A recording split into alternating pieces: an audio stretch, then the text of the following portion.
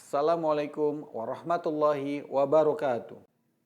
Mari kita menggunakan waktu dalam bulan Ramadan ini dengan kegiatan-kegiatan yang positif, seperti belajar memperbaiki bacaan Al-Quran. Saya, Imsak Ramadan, selaku Regional CEO Bank Syariah Indonesia Regional 1 Aceh, mengajak seluruh masyarakat Aceh untuk belajar memperbaiki bacaan Al-Quran dalam program Serambi Tahsin. Semoga Ramadan tahun ini menjadikan kita lebih bersahabat dengan kalam ilahi. Wassalamualaikum warahmatullahi wabarakatuh.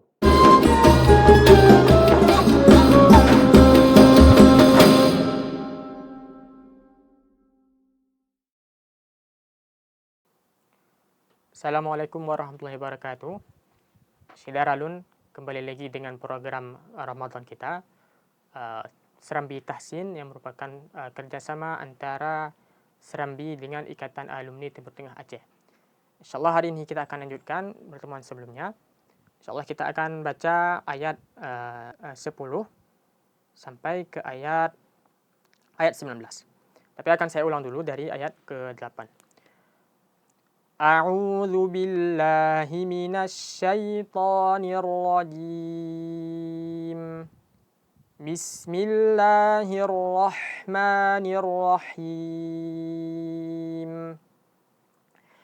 Wa amma man ja'aka yas'a wa huwa yakhsha fa anta anhu talahha.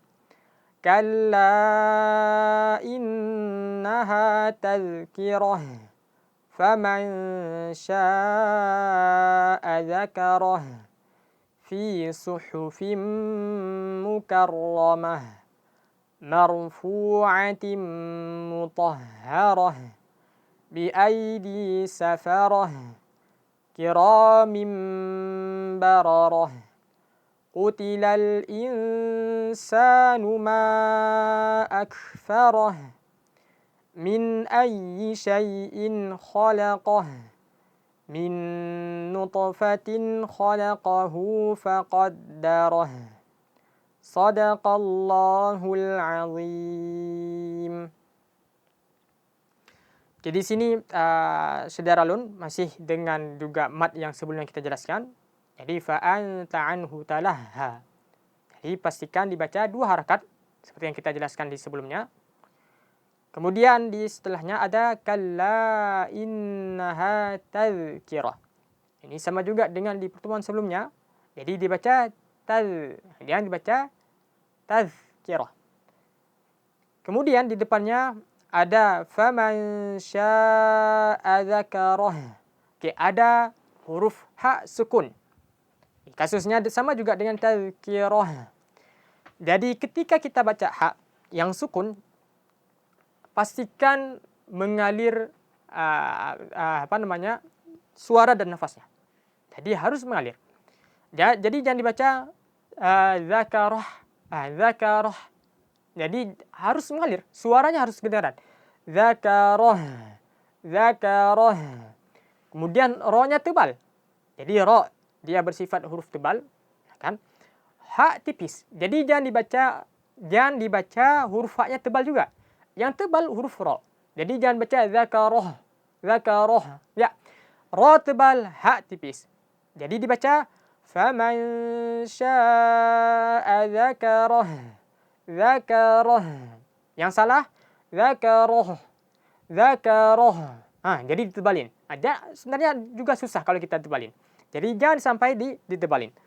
Jadi ro tebal, ha tipis. Jadi ketika membaca Al-Quran, berikan setiap huruf haknya. Jadi yang namanya tajwid itu kita memberikan huruf haknya masing-masing. Oke. Kemudian di ayat setelahnya fi suhufim mukarramah. Oke, sama juga di mukarramahnya dengan kasus yang tadi sebelumnya di zakarah dan tadhkirah sama juga. Di sini ada tanwin berjumpa dengan mim. Jadi panjangnya ini sama dengan panjang dengan yang tadi sebelumnya, yang di pertemuan sebelumnya kita jelaskan. Wa amma dengan suhufim itu sama panjangnya. Nah, jadi seperti yang sudah kita ulang sebelum-sebelumnya, kadar panjangnya jangan diukur dengan harakat. Jadi gunnah, kadar panjang gunnah itu tidak diukur dengan kadar harakat. Jadi bukan 1 harakat, 2 harakat, 3 harakat, enggak. Kadarnya ditentukan dengan secukupnya. Secukupnya. Gimana cara tahu secukupnya? Itu jam terbang. Makin sering kita ngaji dengan guru kita sudah memperbaiki, ini kurang, ini panjang, ini terlalu panjang, dipanjangin lagi, dikurangi lagi. Jadi dengan seringnya kita membaca di depan guru kita, dan kita membaca dengan diri sendiri, kita baca sendiri, kita baca secara pribadi, jadi mendapat jam terbangnya. Ataupun dalam bahasa Arab istilahnya ada malakah. Oke, jadi kita mendapat jam terbang. Jadi dengan jam terbang ini kita tahu bahwa ini udah pas, ini kurang, ini terlalu panjang. Itu cara untuk menentukan kadar panjang dari gunnah. Karena kadar panjang gunnah tidak ditentukan dengan harakat. Kemudian ada marfu'atin mutahharah. Ini di mutahha, jadi sama juga dengan kasus sebelumnya. Jadi haknya harus dijelaskan. Jangan dibaca mutahha, jadi bukan mutahha, tapi mutahha. Jadi jelaskan. Mutahha. Marfu'atin mutahharah. Bi aidi safarah, ini saya rasa tidak ada masalah apa-apa. Oke, kemudian ada Qutilal insanu ma akfarah. Oke, ada ma jaiz yang pernah kita jelaskan sebelumnya. Jadi dibaca panjang 4 ataupun 5 harakat. Walaupun kita yang seringnya kita baca 4. Ya, kita baca 4. Jadi dibaca panjang. Qutilal insanu ma akfarah. Kemudian ada kaf sukun. Kaf sukun gitu juga. Tahan suara dan nafasnya di awal, kemudian baru dialirkan nafasnya. Ak. Jadi kalau cara latihannya kita tahan dulu. Ak. Kita tahan. Ak, tahan suara dan nafas. Ak, kemudian baru dialirkan. Ak. Jadi kalau kita baca Qutilal insanu ma akfarah. Oke. Karena ini kalau kita baca lambat, makin kelihatan bahwa dia suara tertahan dulu, kemudian baru ada aliran nafas. Misalnya kita baca lambat. Itu kalau kita baca lambat. Jadi kalau kita baca lambat, baru ada kebenaran bahwa dia ada tertahan suara dan nafasnya, kemudian baru ada aliran nafasnya. Oke, di sini kemudian di ayat selanjutnya ada min ayyi syai'in khalaqah. Jadi hati-hati ada khalaqah. Jadi kha tebal, lam tipis, qa tebal, ha tipis. Jadi jangan dibaca khala, bukan khala, jadi lam tipis. Dan juga dibaca qah. Haknya ditebalin. Enggak, haknya juga tipis. Jadi yang tipis dibaca tipis, yang tebal dibaca tebal. Begitu juga sebaliknya, jangan dibalik. Jadi yang tebal kita tipiskan. Jangan kita baca khalo, ataupun kita baca khalaqah, bukan khalaqah.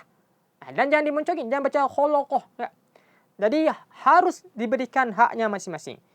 Jadi khalaqah.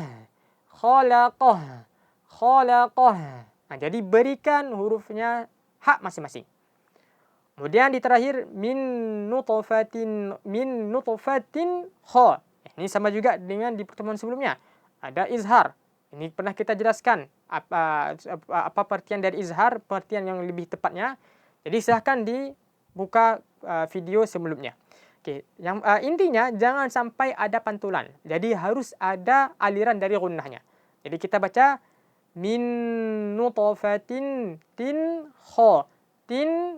Jangan dibaca min nutfatin tin khalaqah. Ya. Jadi harus ada gunnahnya, walaupun kadar gunnahnya itu lebih rendah. Oke. Saya rasa cuma ini yang bisa kita ulik. Insyaallah akan kita lanjutkan di pertemuan selanjutnya. Sekian, assalamualaikum warahmatullahi wabarakatuh.